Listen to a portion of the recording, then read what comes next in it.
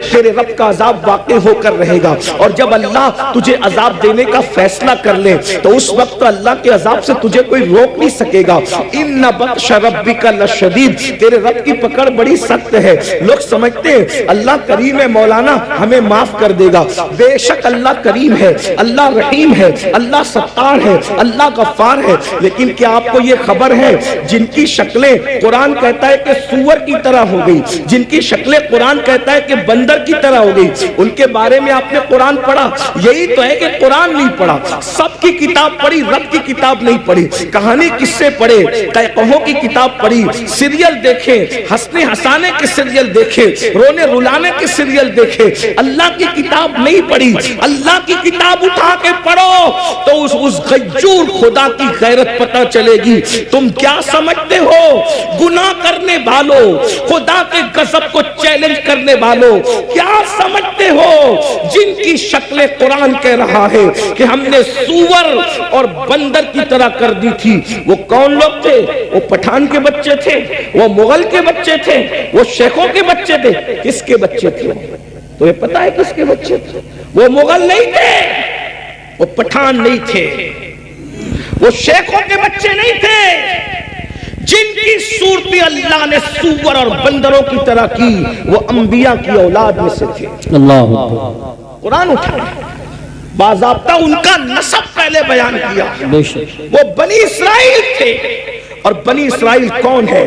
اسرائیل حضرت یعقوب کا لقب ہے، اور بنی اسرائیل مطلب اولاد یعقوب، اولاد یعقوب، اللہ اکبر۔ اور اولاد یعقوب کا مطلب کیا؟ یہ بنی اسرائیل اور یعقوب علیہ السلام کا سلسلہ نسب کیا؟ یعقوب علیہ السلام کے ابا حضرت اسحاق علیہ السلام، اسحاق علیہ السلام کے ابا جان حضرت سیدنا ابراہیم علیہ السلام، یہ ہے ان کا سلسلہ نسب۔ لیکن اللہ، اب میں آپ سب کی توجہ چاہتا ہوں، اپنے بھائیوں کی بھی اور بہنوں کی بھی۔ میرے بھائیوں، جب نبی کی پیغمبروں کی اولاد گناہ کرے تو اللہ دنیا کے اندر ان کی شکل سور اور بندر کی طرح کر دے تو ہمارا کیا حال ہوگا، ہمارا کیا انجام ہوگا؟ آپ سوچتے ہیں لیکن اس دنیا میں تو کسی کی شکل سور اور بندر کی طرح نہیں ہوتی۔ میں نے کہا الحمدللہ بالکل نہیں ہوتی۔ اس کی وجہ یہ ہے کہ ان کو جو پیغمبر ملے تھے وہ اور تھے، اور ہمیں جو نبی ملا ہے وہ اور ہے۔ ہمارا نبی نبی الانبیاء ہے، ہمارے آقا سید الانبیاء ہے، ہمارے آقا محبوب خدا ہے۔ لیکن یاد رکھنا، اس کا یہ مطلب نہیں کہ محبوب کی خاطر اگر دنیا میں شکلیں نہیں بگڑ رہی ہے تو قبر میں بھی نہیں بگڑے گی، ایسا نہیں ہے۔ قبر میں شکلیں بگڑے گی۔ اللہ کے رسول علیہ السلام نے فرمایا، ہم نے شب معراج، آقا فرماتے ہم نے شب معراج جب جہنم کا مشاہدہ کیا تو ہم نے دیکھا کہ کچھ لوگوں کی شکل کتے کی طرح ہے، کچھ لوگوں کی شکل خنزیر کی طرح ہے، کچھ لوگوں کی شکل بندر کی طرح ہے۔ حضور فرماتے ہم نے شب معراج دیکھا۔ اللہ اکبر، اللہ سے ڈرتے کیوں نہیں؟ اللہ سے خوف کرتے کیوں نہیں؟ آئیے میں آپ کو بتاؤں، اللہ اکبر، آقا کریم رؤوف الرحیم صلی اللہ علیہ وآلہ وسلم ارشاد فرماتے ہیں کہ معراج کی شب ہم نے ایک منظر دیکھا۔ آقا فرماتے جنت کی سیر کی آقا نے اور جہنم کا مشاہدہ کیا۔ دیکھو یہ باتیں ہمیں نہیں پتا ہے، جس دن پتا چل جائے گی اس دن ہمیں احساس ہوگا، اور ہمیں یقین ہے ہماری قوم کو جب کوئی بات پتا چلتی ہے تو وہ اس پر عمل کرتے ہیں، کیونکہ اس پر قرآن کی نص موجود ہے، وَذَكِّرْ فَإِنَّ الذِّكْرَ تَنفَعُ الْمُؤْمِنِينَ، کہ مومنوں کو نصیحت کرو کہ نصیحت مومنوں کو فائدہ دیتی ہے۔ یہ اتنے نوجوان داڑھی کیوں رکھ رہے ہیں؟ یہ کسی نہ کسی خطیب کی گفتگو کا اثر ہے۔ بہت سارے جوان نماز کیوں پڑھ رہے ہیں؟ اللہ اکبر، بہت سارے علاقوں میں ہم لوگ گئے نہیں، بہت سارے دوسرے خطبہ نہیں گئے، لیکن کسی نے کہا ہمارے امام صاحب نے نماز پہ تقریر کی، ہم نمازی بن گئے، داڑھی پہ تقریر کی، ہم داڑھی رکھیں۔ تو پتہ چلا یہ جلسے بالکل بھی لایانی نہیں ہے، غیر ضروری نہیں ہے۔ مومنین کو نصیحت فائدہ دیتی ہے، بس ناصح کی نیت صحیح ہونی چاہیے، اور سننے والوں کو بھی صحیح طور پر سننے کا شوق ہونا چاہیے۔ اب آئیے ذرا تھوڑا سا دل کے کانوں سے سن لے۔ آپ نے گزشتہ مہینے کے اخیر میں معراج مصطفیٰ تو سنا ہوگا، لیکن معراج کا ایک حصہ ذرا ہم سے بھی سن لے۔ اللہ اکبر، آقا کریم صلی اللہ علیہ وآلہ وسلم ارشاد فرماتے ہیں کہ معراج کی شب ہم نے کیا دیکھا؟ دیکھا, اللہ اکبر, جب جہنم کا مشاہدہ کیا, مشاہدے اور سیر میں فرق ہے, جنت کی سیر کی ہے, جہنم کا مشاہدہ کیا ہے, اللہ اکبر. تو فرماتے ہیں خون کا دریا تھا, پیپ کا دریا تھا, اور اس میں ایک بندہ تیر رہا تھا. خون اور پیپ کے کھولتے ہوئے دریا کے اندر کوئی تیر رہا ہو, تھوڑا توجہ کیجئے گا میرے پیارے آقا علیہ الصلوۃ والتسلیم کے پیارے دیوانوں, ذرا غور کیجئے گا. اگر اپنے آپ سے محبت ہے اور اپنے نبی کی باتوں پر یقین ہے تو یہ باتیں میری نہیں ہے, ہے, یہ باتیں مصطفیٰ جان رحمت صلی اللہ علیہ وآلہ وسلم کی ہے. ذرا غور کرو, ماں اور بہنوں کی بھی توجہ چاہتا ہوں. یاد رکھنا, کسی کی بھی بات میں شک کرو گے تو کوئی نقصان نہیں ہوگا, لیکن اپنے نبی کی بات میں شک کرو گے تو ایمان بھی ہاتھ سے جا سکتا ہے. یہ تمہارے اور میرے نبی نے فرمایا. شب معراج جہنم کا مشاہدہ ہو رہا ہے, خون کا دریا ہے, پیپ کا دریا ہے, اور وہ کھولتا کھولتا خون ہے, کھولتا کھولتا پیپ ہے. اس میں ایک بندہ ڈبکیاں لے رہا ہے, ایک بندہ تیر رہا ہے. جیسے ہی وہ منہ باہر نکالتا ہے, جیسے ہی وہ سر باہر نکالتا ہے, اس کے منہ میں پتھر ڈالے جاتے ہیں, جہنم کی آگ کے بنے ہوئے پتھر اس کے منہ میں ڈالے جاتے ہیں, اور اس کا منہ پھر اسی دریا میں ڈوب جاتا ہے. اس پر یہ عذاب ہو رہا تھا, رحمت للعالمین سے دیکھا نہ گیا. حضور تڑپ گئے, حضور بے چین ہو گئے, حضور بے قرار ہو گئے, اور پوچھنے لگے جبریل یہ کون لوگ ہیں کہ خون اور پیپ کے دریا میں ڈبکیاں لیتے ہیں, اور جب منہ باہر نکالتے ہیں تو پتھر, وہ بھی جہنم کی آگ کے پتھر, ان کے منہ میں ڈال کر ان کو ڈبا دیا جاتا ہے. یہ دردناک عذاب کیوں ہو رہا ہے؟ تو جبریل امین نے عرض کیا, یا رسول اللہ, یہ آپ کی امت کے وہ لوگ ہیں جو دنیا میں سود کھایا کرتے تھے, یہ سود کا کاروبار کیا کرتے تھے, یہ سود کا دھندا کیا کرتے تھے.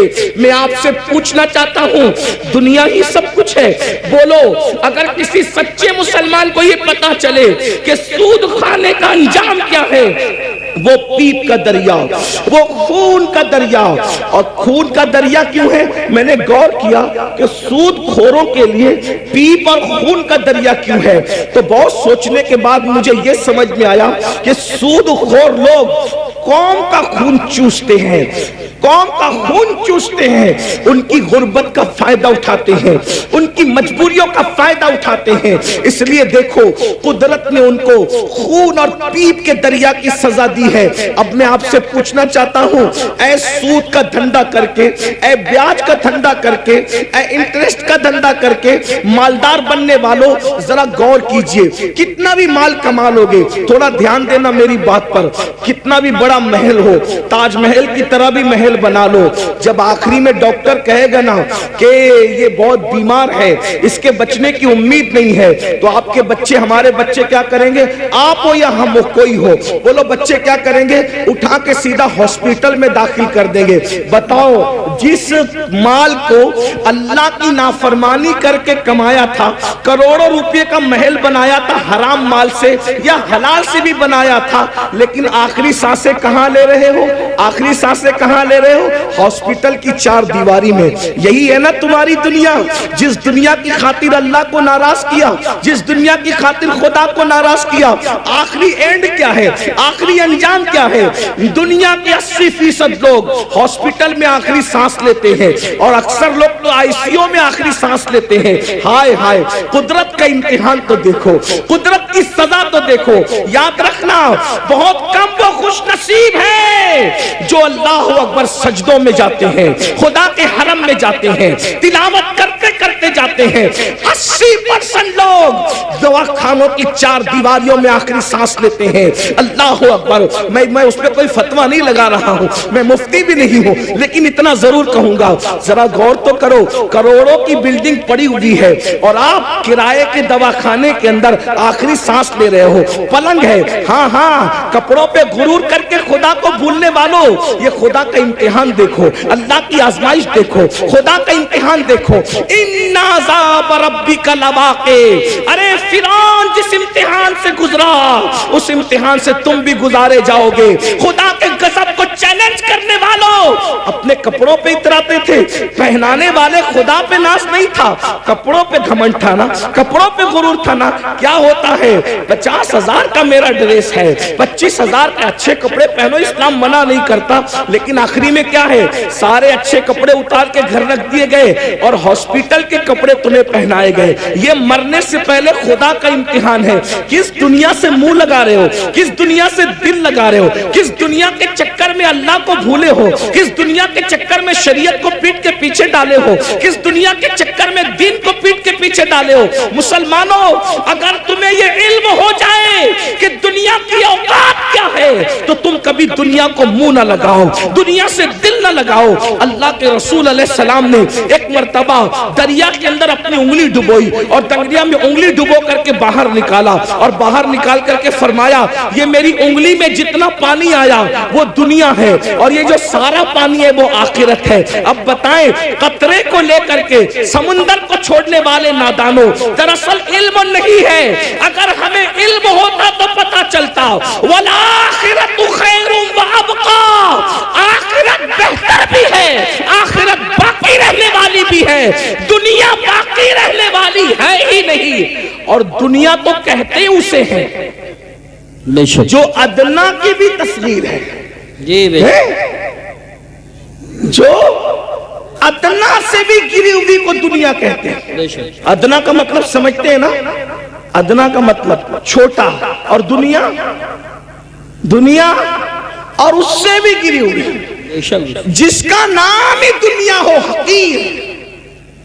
لیکن یہ پتا ہم سمجھتے دنیا کوئی بڑی چیز ہے. ارے نادان, دنیا کہتے ہی حقیر کو ہے, ایسی حقیر کہ اس سے زیادہ کوئی حقیر نہ ہو. جیسے بہتر, بہتر, بہترین, فضل, افضل.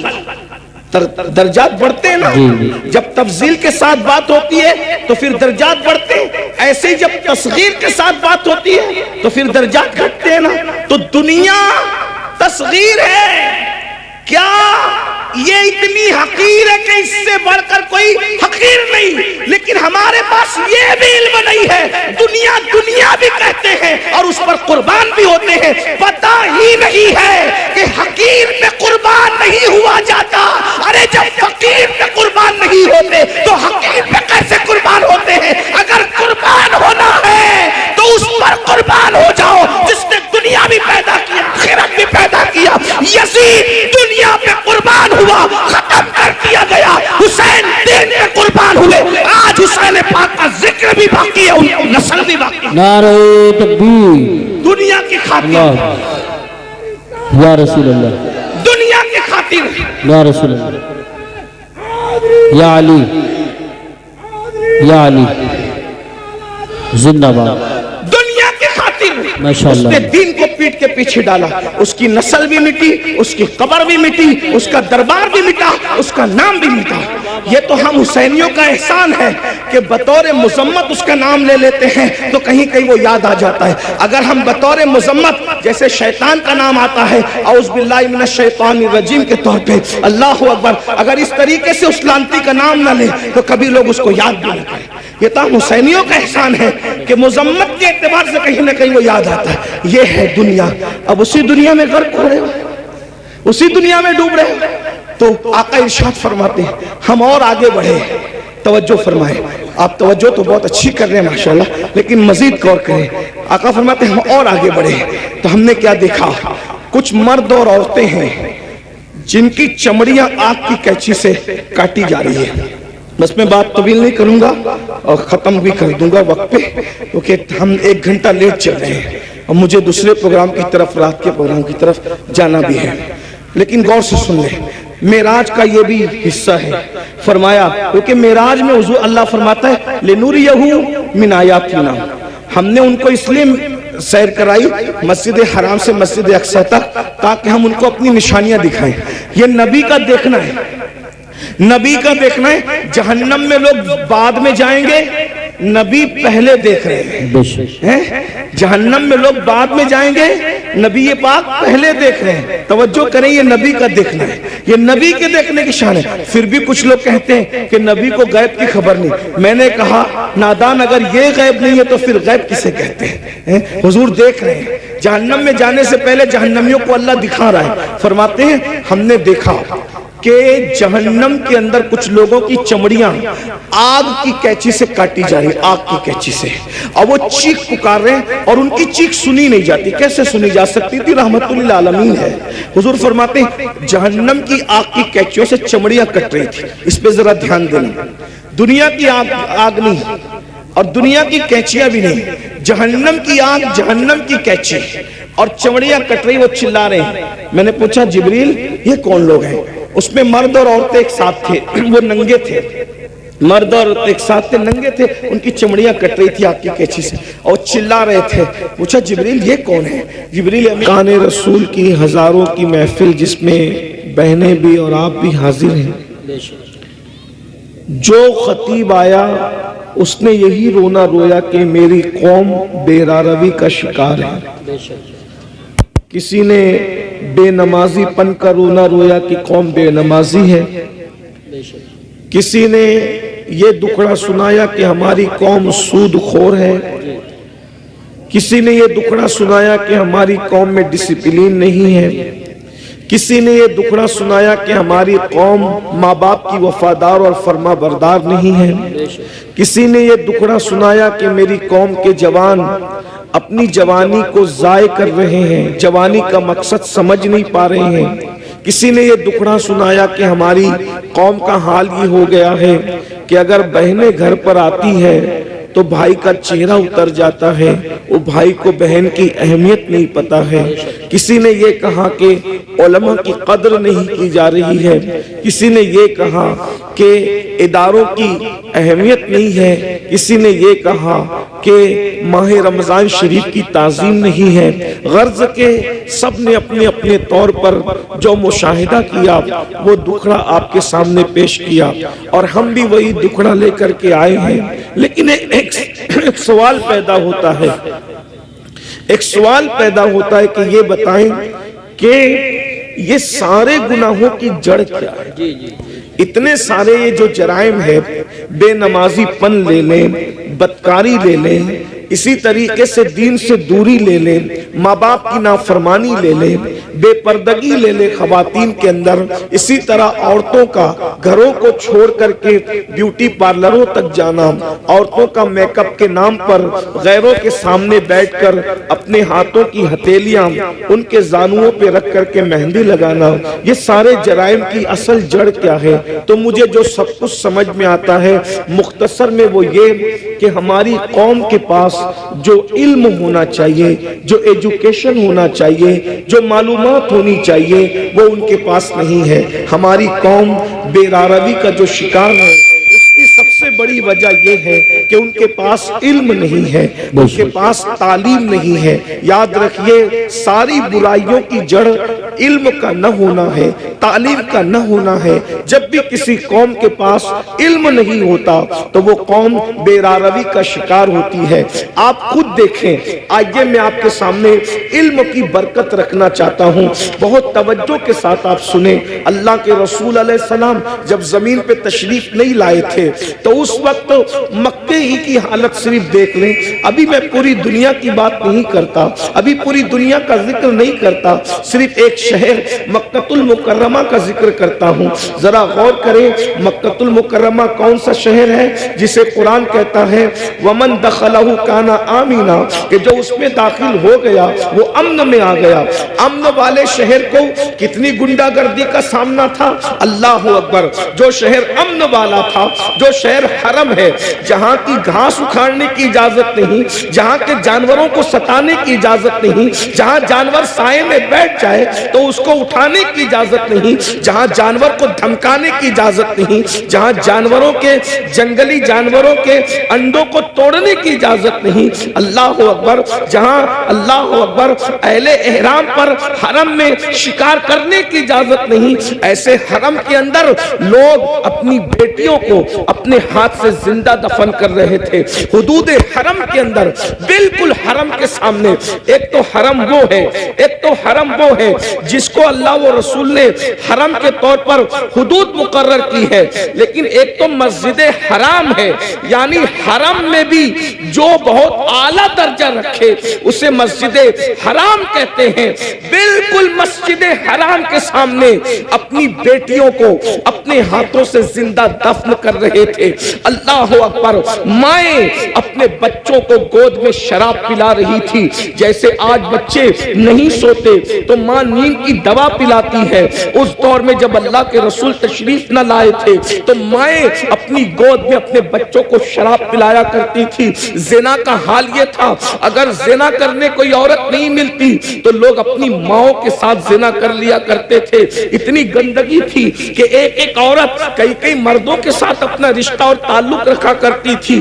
اللہ اکبر۔ ذرا غور کریں اس گندے ماحول میں، جبکہ جانوروں کے ساتھ بدکاری ہو رہی ہے، ماں کے ساتھ بدکاری ہو رہی ہے، ماں کی گود میں شراب پلائی جا رہی ہے، اللہ کے گھر پہ 360 بت رکھ دیے گئے ہیں، ننگے ہو کر کعبے کا طواف کرتے ہیں، عورتوں کو منحوس سمجھتے ہیں، بیواؤں کو منحوس سمجھتے ہیں، بیواؤں کے ساتھ بدسلوکی کرتے ہیں، کمزوروں پہ ظلم کرتے ہیں، کمزوروں کا مال کھا جاتے ہیں۔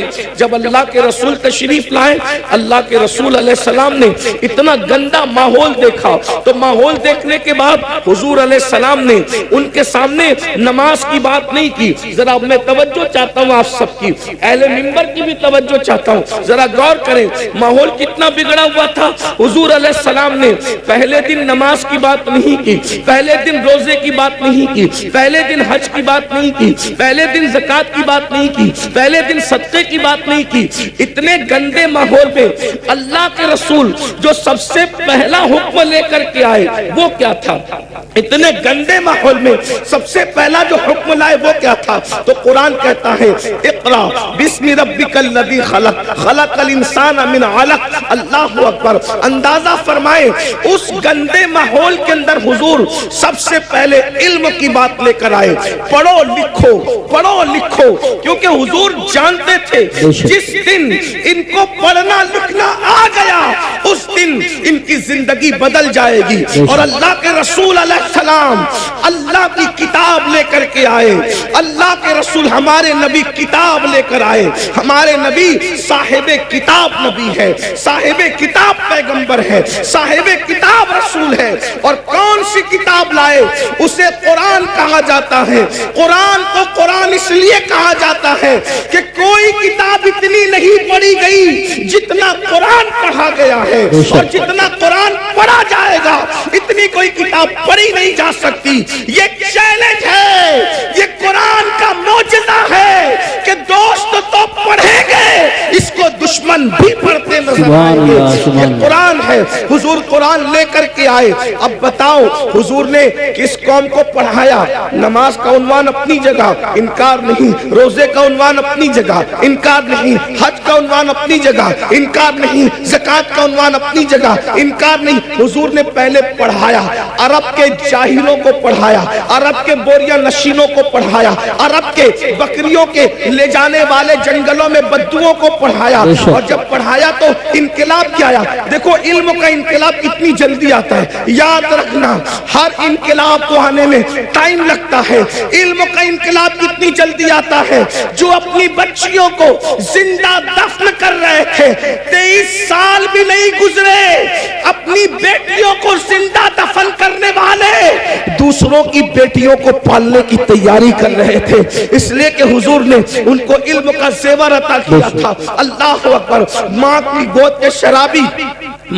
گود کے شرابی جو ماؤں کی گود میں شراب پینے کے عادی بنے تھے، ایک اعلان پر وہ سب کے سب شراب سے توبہ کرتے۔ یہاں تو جلسوں میں کروڑوں تقریریں ہو جائیں، مقرر تقریر کرتے کرتے مر جائے، مقرر جو اس کی آواز بیٹھ جائے، مقرر کالی داڑھی سے اس کی داڑھی تقریر کرتے کرتے سفید ہو جائے، مقرر کی حالت بدل جائے، قوم کی حالت نہیں بدلتی۔ کیوں؟ وہاں ایک ہی اعلان میں پوری قوم نے شراب سے توبہ کی تھی، بس اتنا کہا تھا، اے لوگو آج سے شراب حرام ہو گئی، آج سے شراب حرام ہو گئی۔ جن کے منہ میں تھی انہوں نے اگل دی، منہ سے اگل دی، بے شک جن کے ہاتھ میں تھی انہوں نے اونڈیل دی، جن کے مٹکوں میں تھی انہوں نے نالیوں میں بہا دی۔ مدینے کی گلیوں میں شراب بہ رہی تھی، ایک اعلان، وجہ حضور نے اس قوم کو پہلے ایجوکیٹ کیا تھا، بے شک علم عطا کیا تھا، انہیں پتا تھا اگر حرام کریں گے تو نقصان کیا ہوگا۔ آج ہماری قوم کو نہیں پتا ہے، حلال و حرام میں کوئی تمیز نہیں ہے کیونکہ ان کے پاس علم نہیں ہے۔ بے شک آج ہماری قوم کو غسل اور وضو نہیں پتا ہے، ان کے پاس علم نہیں ہے۔ اگر وہ شادی میں ڈی جے لگا رہے ناچ رہے تو ان کو پتا نہیں ہے کہ اس کا نقصان کیا ہے۔ وہ یہ سمجھتے ہیں اللہ ناراض ہوگا تو سزا دے گا، لیکن اللہ کی سزا کیا ہوگی، اس کی شکلیں کیا ہوگی، یہ انہیں کچھ پتا نہیں۔ جس دن انہیں پتا چل جائے کہ خدا کے عذاب کی شکلیں کیا ہوتی ہے، ایک جلسے میں تو نہیں بتایا جا سکتا، لیکن تھوڑے سے وقت میں اشارہ کرنا چاہتا ہوں، جس دن پتا چل جائے نا میرے بھائی کہ خدا کے عذاب کی شکلیں کیا ہوتی ہے، تو بندہ قدم اٹھانے سے بھی پہلے سوچے گا کہ میں یہ قدم اٹھاؤں کہ نہیں اٹھاؤں۔ آج ہماری قوم کو بس اتنا پتا ہے کلمہ پڑھ لیا ہم مسلمان ہو گئے، گوشت انڈا مچھلی کھاؤ اور ہم مسلمان ہیں، جمعہ 2 رکعت پڑھنے چلے جاؤ ہم مسلمان ہیں، عید میلاد النبی آئے تو جلوس میں شرکت کرو ہم مسلمان ہیں، محرم آئے تو محرم کی محفلیں سجا لو ہم مسلمان ہیں، اسی طریقے سے 11ویں آئے تو غوث پاک کی نیاز کر لو ہم مسلمان ہیں، چھٹی آئے تو اجمیر شریف والے سرکار کا ذکر کر لو ہم مسلمان ہیں، سفر کا مہینہ ہے تو ساری قوم مل کر کے بریلی شریف کے قریب رہتے ہیں اس سے اعلیٰ حضرت میں شریک ہو جائے ہم مسلمان ہیں۔ لیکن پتہ ہی نہیں ہے، تقاضا نہیں ہے کہ اسلام کیا کہہ رہا ہے، ہم سے کیا کہہ رہا ہے، اللہ ناراض ہوگا تو کیا کرے گا، کس طریقے کا عذاب دے گا، اس کے عذاب کی شکلیں کیا ہوگی۔ قرآن کہتا ہے ان عذاب ربک لواقع ما لہ من دافع،